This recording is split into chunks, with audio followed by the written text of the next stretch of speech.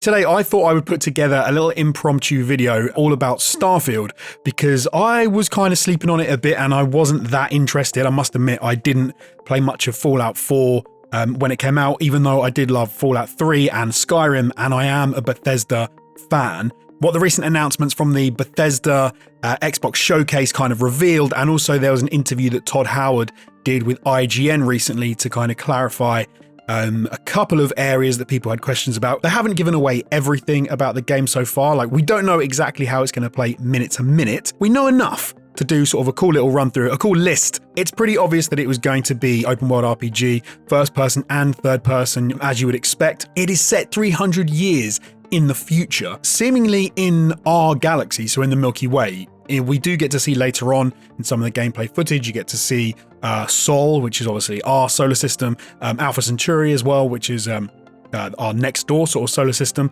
But I think that a lot of around that are going to be made up, or they're going to be improvised, or maybe sort of taken from ones that we know about, but then they've extrapolated, which is quite cool. I, for one, like the idea that you will be doing missions on Mars, on the moons of Saturn. You know, it is very Bethesda in look. That's one thing I was surprised at, and I think a lot of people were surprised at. A lot of the Twitter reactions, I guess they thought it would be more of a step forward generationally. I don't want to say jank, but there is a certain jankiness to some of the designs that Bethesda often use in their games. It's almost become something that you grow to love, right? When you play a Bethesda game, you almost feel at home because some of that kind of makes sense to you, and there are character models that you kind of recognize. Some of the robots and some of the way they move look very similar to sort of Fallout 4, so I don't think it's that surprising.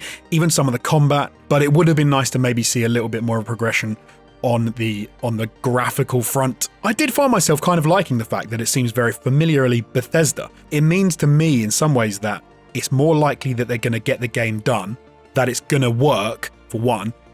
It's going to have a well-structured narrative. There's going to be a whole load of missions to do. The main quest is going to be on point, like the things they are very good at. And if they can roll that into a massive, galaxy-wide, planet-trotting adventure, then that will be good, right? I mean, Outer Worlds did that very well and was maybe a bit too narrow in how many places you could go to and how much freedom you had when you got there.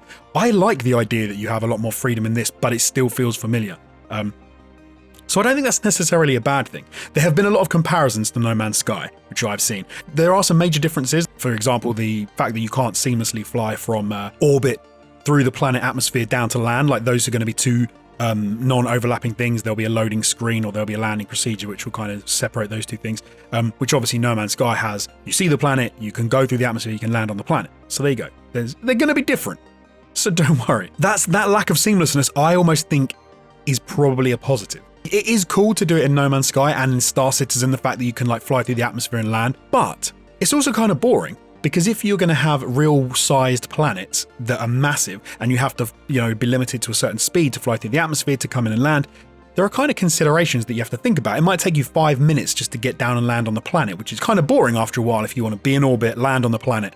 You can still land anywhere you want, but it just so happens that you're not going to do that transition, which for me is actually probably a bonus. I think, I've had enough of it and I don't necessarily need it. So Todd Howard has actually said in an interview that people have asked, can you fly the ship straight down to the planet?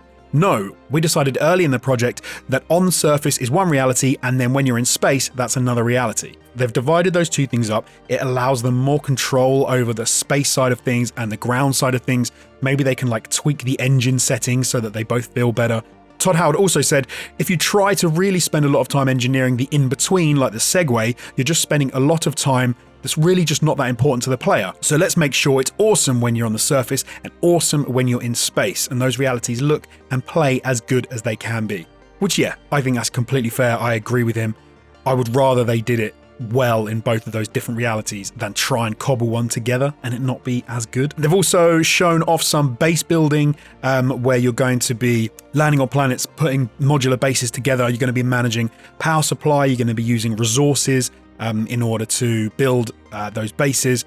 They also showed off something which I was very excited about, and they almost did as a little cheeky reveal getting toward the end, which was ship building and customization. You can customize the look, you can customize how they function, you can customize the shields, the modules that you've got, how, I guess, the weapon systems and everything.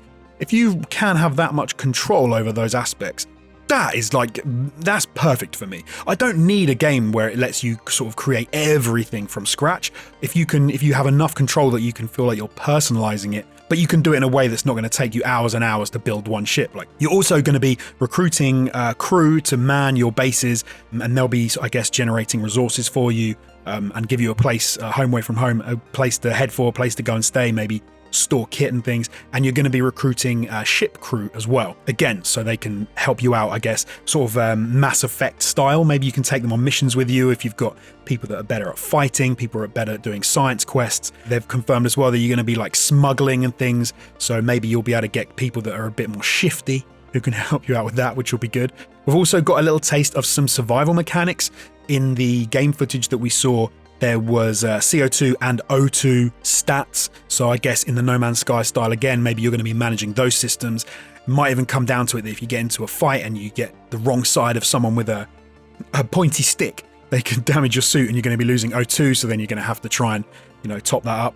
I'm less into that, I must admit. If the beginning of No Man's Sky did feel a little bit kind of frustrating, if you landed on a planet and you needed some resources and you were constantly having to worry about managing heat, cold, air, like that sort of stuff does get a little bit frustrating. But I can imagine, like many other games, maybe it's a system early on that you kind of don't worry about later on in the game because you skill up yourself to a point where you don't need to worry about those types of things. You get a suit which deals with it and then you haven't got to worry about it. And also, just think of Fallout, like they love a radiation suit, don't they? So something that is very cool that I haven't seen in a Bethesda game before is a different gravity for different planets. So they showed off a moon which had half the gravity of Earth, so it was half G, and you had the guy jumping around and like leaping really far. The idea that you're going to have planets maybe with higher gravity levels as well, so if it's like 2G and you're going to be really slow and not being able to maneuver, that sounds like a really cool mechanic to me. It also adds a bit of variety across the 1,000 planets they have in the game, because that is a lot of planets and a lot of them are going to be pretty empty, pretty boring. So maybe to mix it up by giving you, different ways of jumping around, of maneuvering is an interesting way to sort of break those up and make them not feel like they're all exactly the same. We also got to see some use of jetpacks. I mean, who doesn't love a jetpack? I certainly do. Lockpicking as well we got to see, which is obviously a staple for Bethesda games at this point. It would be surprising if they didn't have that. We did see, as I said, some real planets like Alpha Centauri. We saw a couple of planets in that system. We did get a little glimpse of Mars as well, because the Mars rover right at the end. So I wonder if there are going to be missions on Earth, or whether that is just going to almost be like, maybe it's a barren Earth with nothing on it. It's like 300 years in the future where we've managed to wipe ourselves out. And hey, there's no people on Earth. It's just desolate. It could be like radioactive. That'd be rubbish. It'd be cool if it was modeled well on Earth, Google Earth style, and you could like visit things even if there were no people there. But I'm guessing there will be like a big city or something. The main thrust of the story that they alluded to seems to be that when you start out, you are going to find an artifact of some description. You're then going to have some sort of like vision, or you're going to see something to do with that artifact, maybe from like a precursor race or something that people love to do. And then you're going to be set on course to find all the different artifacts scattered throughout the galaxy. And that's going to be the impetus for you traveling from one place to the other, meeting different factions, interacting with characters, which I guess we've seen before. I mean, again, No Man's Sky had that sort of system in it. A lot of games have that sort of artifact, even like Destiny had the similar sort of thing, where you're going to be discovering artifacts, having visions. Oh, I've got to find another thing. Basically, they just need to get you going from one planet to the other, right? Otherwise, you could just sit on one dark moon and build a little hut and just stay there if you really like it. Or they've alluded to some of the factions, like maybe this is all of them, I don't know if there are any more. You've got the UC, the United Colony Systems, who are one of the sort of governmental factions who operate. They've got a strong military, they're politically very savvy, they're from a collective of systems, as their name would suggest, and if you sort of form up with them, then I guess you're going to be, helping out with clearing out pirates and keeping the rule of law, etc. You then have the Freestyle Collective, who are, so they look like the rebels from sort of Star Wars, who are a libertarian collective of I think it's like 3 systems. So I guess if you go with them, they're going to be a lot more like, hey, do your own thing, and you're going to be helping out with people that want to be on their own, a bit more self-sufficient, less sort of like government oversight. You do wonder if they're going to bring in some sort of like, the UC are actually fascist and stuff like this. But you also have the Crimson Fleet, who are I guess in the sense of, is it the Reavers from Guardians of the Galaxy, who are like a collective of space pirates who all work together, but if you join up with them, says in the trailer, if you join up, the only way to leave is death.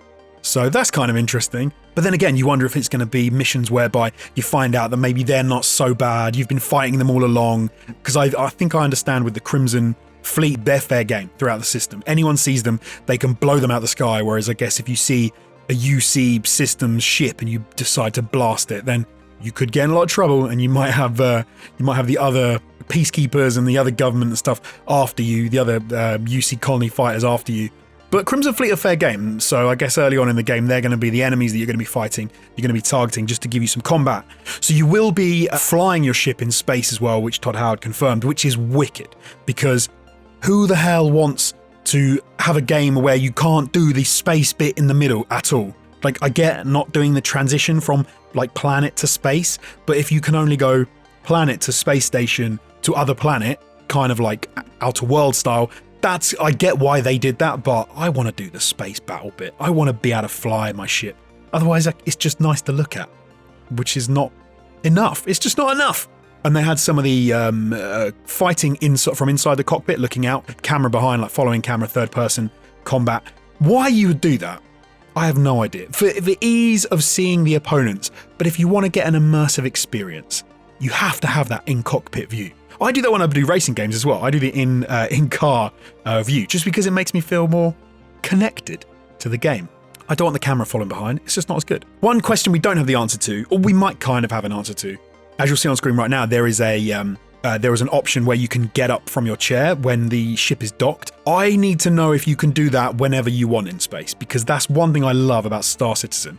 Wherever you are, whatever you're doing, you can just get up and you can walk around your ship and you can go and like hang out in the back. You can sit down, you can go to bed. You might glitch through the hull and die, which I've done multiple times in Star Citizen, but at least you can do it. And it gives you that sense of spacefaring sim. It gives you more of a sense of this game is allowing you to kind of do your own thing, plot your own destination, go your own journey. I like more. I like that. I like that level of control. And Todd Howard himself has said that the game that they're making here it's about saying yes. Like they want to be able to say yes to the player in as many ways as possible. Even apparently to the maybe to the detriment in sometimes. Like they've said they've got certain things that procedurally generated some ice ball planets that have got nothing there. There might be some resources, but there's basically nothing to do there. And the only reason they exist is because they want the player to be able to go and land wherever they want. And obviously if they don't have any of those things, you'll be saying, well, where the hell are all the empty dead worlds that have nothing on them? So they've decided, no, bugger it. We'll populate the galaxy with them and you can go and land on them because they're going to say yes to you. Can I land there? Can I build a base? Can I just hang out with my space cat? And it's like, yeah, you can totally do that if you want to. I think it's a worthwhile use of procedural generation. Like if the computer's doing all the heavy lifting, like why the hell not? So when it comes to the actual combat in space, Todd Howard has said that they've kind of been inspired a little bit by FTL, Faster Than Light, and a bit of MechWarrior as well, which is kind of a strange combination. But let me give you the quotes. It might make a bit more sense. He said, "Your ship has various power systems, a little bit of FTL there in terms of putting how much power into 3 different weapon systems. Then your engines and shields and the grav drive is what lets you jump and sort of get out of some of the situations that you have to put power to. So as per FTL, you can decide, hey, I'm going to stay and I'm going to fight and I'm going to put all my power, my resources into weapon management and shields, and you can sort of like blast the other ships. Or if you want to, you can say, no, put all my energy into my rear shield, get my drive online, get my grav drive ready and get the hell out of there because I'm going to get destroyed. So it kind of makes sense from the FTL aspect. And then when it comes to the actual combat, ship-to-ship combat, Todd Howard said, one of the games I love that we sort of look at for pace is MechWarrior. Believe it or not, that's probably a little bit slower, but in terms of systems and power and being able to line things up, it's a little bit faster than that, but you know what I mean, as opposed to a twitchy dogfighter, which I think we can see from some of the combat. It's not an insanely fast, like dogfighting type of game, which makes sense for the RPG combat style. Like they're not out-and-out shooters, they're not out-and-out combat games, they're trying to weave together a whole load of things. So it makes sense to have it a little bit slower, take sort of the pace back a bit, give you those system management mechanics that you can do in fighting. It's not just about blasting people. And Todd Howard has even said, but it's not just dogfighting like the ship stuff includes. You can see in the video, you can dock with other ships, you can disable them, you can dock, you can board. There's actually some quests that involve that. You can steal the ship, There's dialogue in space, there's star stations you can visit, there's smuggling, all the things that we would want, and we'll be showing some more of that later, but it's a good chunk of the gameplay that we think is really fun when it comes to playing this kind of sci-fi game. That is music to my ears. He also alluded to something they're going to be talking about more in the future, which are other systems that you will get in the game or be able to unlock that might open up other types of gameplay when it comes to the space, for like the flying in space, the combat. I wonder if cloaking is going to be one of those things. If you can cloak your ship, and then you can dock with all sorts of different like pirate ships or UC Federation ships and sneak on board, maybe some stealth mechanics going on, so you can go on board, steal certain things without having to engage people at all. I think the actual story of the game and who you're going to be, what your character's going to be, is pretty typical. You start off, it seems, as an Argos extractor, so I guess you're a miner. Some mining systems obviously in this game. I guess that's pretty, it's pretty standard. Again, maybe it's a bit unfair to say it's very much like No Man's Sky, but it does look like you're walking around with a laser just like zapping rocks and things after you've scanned them, so you can fill up your little inventory. You can customize your character with background and traits that will affect your gameplay interactions. So like Cyberpunk 2077 often sort of touted this before that game came out, in that your backstory was going to open up different options for you in the future. So you're going to say, hey, I'm a diplomat, and then you're going to be able to have options whereby you can charm people as opposed to maybe just being overly aggressive. But maybe if you're from like a really rough background, you might be able to speak to somebody who can give you access, who wouldn't have if they thought you were some like hoity-toity diplomat. How far that extends into the game is always a question. Like if it feels almost kind of tacked on and though it's sort of irrelevant, I mean, that happens a lot. So obviously remains to be seen. But you're going to be planning your backstory, you're going to be giving yourself traits. And yeah, it will be cool to see how far that can go and that change the game as you progress through. They've then got a skill system, pretty standard, covers physical, social, combat, science, and tech. And then inside of each one of those skills that you get in each of those trees, you're then going to be leveling up inside of that to improve, like percentages of accuracy, how much damage you do with certain weapons, I guess how you can interact with people, how likely people are to do what you ask them to do. Extensive crafting systems, we're talking weapon mods, researching new tech, using your resources that you found in order to do that. Time resources as well, I guess, is going to come into it. One thing they've also said is when you sort of go to a planet and you can pick, hey, I'm going to land at that city or I'm going to land at that outpost, not only will be able to do that, your character will also be able to land anywhere you want. And talking about landing anywhere on planets, there are over 1,000 planets are going to be in the game, spread throughout over 100 star systems. That is a lot. They've already talked about procedural generation, and they've said how the planets are going to be procedurally generated themselves, but they've also said how they've used a lot of handcrafted assets. This isn't just procedural generation like No Man's Sky, this is a lot of handcrafted stuff as well. Todd Howard has actually said, we do a lot of procedural generation, but I would keep in mind that we've always done that. I should also add that we have done more handcrafting in this game content-wise than any game we've done. We're at over 200,000 lines of dialogue, so we still do a lot of handcrafting, and if people just want to do what they're used to in our games and follow our main quest and do the quest lines, you're going to see what you'd kind of expect from us. But then you have this whole other part.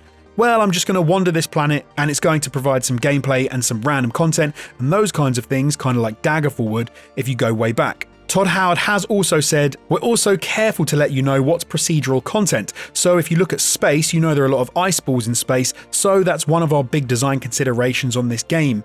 What's fun about an ice ball? And it's okay sometimes if ice balls aren't. It is what it is. We'd rather have them say yes to you, hey, you can land on this. Here are the resources, you can survey it. And then you can land and spend 10 minutes there and be like, okay, now I'm going to leave and go back to the other planet that has all the content on it, and I'm going to follow this quest line. You want procedural generation when you want to make a whole load of stuff that is not that important to the main quest, but you also need it there in case players want to go and experience something different. He also said, so we're pretty careful about saying, here's where the fun is, here's this kind of content, but still say yes to the player. And you want to go land on that weird planet, check it out and build an outpost and live your life there and watch the sunset because you like the view of moons, go for it. We love that stuff. They've also confirmed that the game has got 30 to 40 hours of content for the main storyline, that's not including side quests, which is about 20% bigger than Skyrim or Fallout 4. There are 4 main cities in Starfield, and New Atlantis is the biggest city they've ever made in any game. So there is a hell of a lot of handcrafted content in this. There is a lot of dialogue, there's a lot of interaction with other characters, with NPCs, But if you want to go out there, if you want to experience the galaxy and sort of do your own thing, you can absolutely do that as well. And maybe that's where you're going to bump into more of that procedurally generated content. And do you know what? I was not that interested in Starfield, not least because it was such a long time coming. But now they've shown it off, I'm even more interested than I thought I would have been based on the fact that it does look very Fallout, it does look very Bethesda. That almost seems like it's reasonable and more possible, and it's not going to be a Star Citizen, or it's not going to be a Day One No Man's Sky where there were so many issues that they hadn't sort of ironed out in the development process. And also having a game that you can actually make, you can develop, you can release, and you can set a date on, so it's coming out in 2023. That is the most important thing, right? So Star Citizen still doesn't have a release date. They're mired with problems because the engine that they started developing on now doesn't hold up to today's standards. They don't have the problem, Bethesda, because they're just making a Bethesda game, and they've just changed the way that it functions, where you're going to be doing it, and they've just rammed it full of more content, which is probably the way to do it. And they definitely need a win after Fallout 76, because that was hot trash. I am very excited about this. I want to know what you think though. Let me know in the comments down below. Do like, comment, and subscribe, and I will see you again real soon.